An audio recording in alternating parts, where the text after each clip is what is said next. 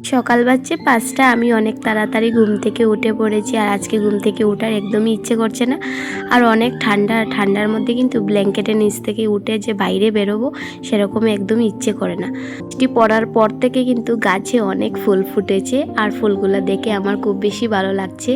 আর এই যে আমি এবার কাপড়গুলো মেলে দিচ্ছি। আর কালকে রাত্রে খুব বেশি বৃষ্টি দিয়েছিল, আর তার কারণে আকাশটা পুরো সাদা হয়ে আছে। তো এবার কিন্তু রাত্রের বাসন ছিল কিছুটা, বাসনগুলো এবার ধুয়ে নিচ্ছি, আর তারপর যত বাকি কাজ থাকবে সেরে নেব।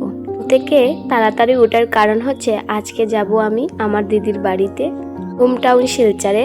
তো সেখানে যাওয়ার কারণ হচ্ছে আমি ডক্টরের কাছে যাব আমার চিকিৎসা করানোর জন্য।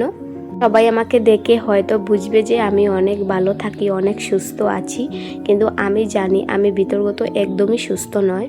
তো দিদির বাড়িতে চলে যাব, তার কারণে কিন্তু বর আমাকে অনেকটাই হেল্প করে দিচ্ছেন। বিছনার মশারিটা তুলে নিয়েছেন, আর এবার কিন্তু আমি ঘরটাও ঝাড়ু দিয়েছি, আর এবার বাইরের দিকটাও ঝাড়ু দিয়ে দিচ্ছি। দিদির বাড়িতে যাব, 2-3 দিন পরে আসব, আর 2-3 দিন কিন্তু বর বাড়িতে থাকবে, আমি একাই যাব। বর করে থাকলে কোনো কাজই করবেন না, আমাকেই এসে সব কিছু করতে হবে। তার কারণে কিন্তু সব কাজকর্মগুলো ভালো করে গুছিয়ে রেখে দিচ্ছি। এর আগে এত সমস্যা ছিল না, কিন্তু বিয়ের পর কিন্তু সব সমস্যাগুলো শুরু হয়ে গেল। বিয়ের আগে এত সব কিন্তু চিকিৎসা কখনো করাইনি, কিন্তু বিয়ের পর থেকে চিকিৎসা 2 দিন পর পর কিন্তু আমাকে করাতে হচ্ছে।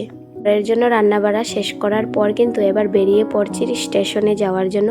আর কিছুক্ষণ পর কিন্তু গাড়িটা চলে আসবে, আর বর আমাকে নিয়ে গাড়িতে তুলে দিয়ে তারপর বর চলে যাবে ঘরে, আর আমি চলে যাব হোম টাউনে। তো এবার আমার গাড়িটা এসে পড়লো, আর আমি গাড়িতে উঠে এবার দিদির বাড়িতে চলে আসলাম। আর এই যে আমার দিদির ঘর, এবার আমি দিদির ঘরের সামনের দিকে এগিয়ে যাচ্ছি। এই যে আমার দিদি। তো এবার চলো আমি ওদের জন্য কি কি এনেছি তোমাদেরকে দেখিয়ে নিই। এখানে এনেছি মিষ্টি, আর এনেছি সিঙ্গারা, আর এনেছি চিপস। এই যে আমার দিদির ছেলের কি অবস্থা। তো চলো আজকের জন্য এই পর্যন্ত।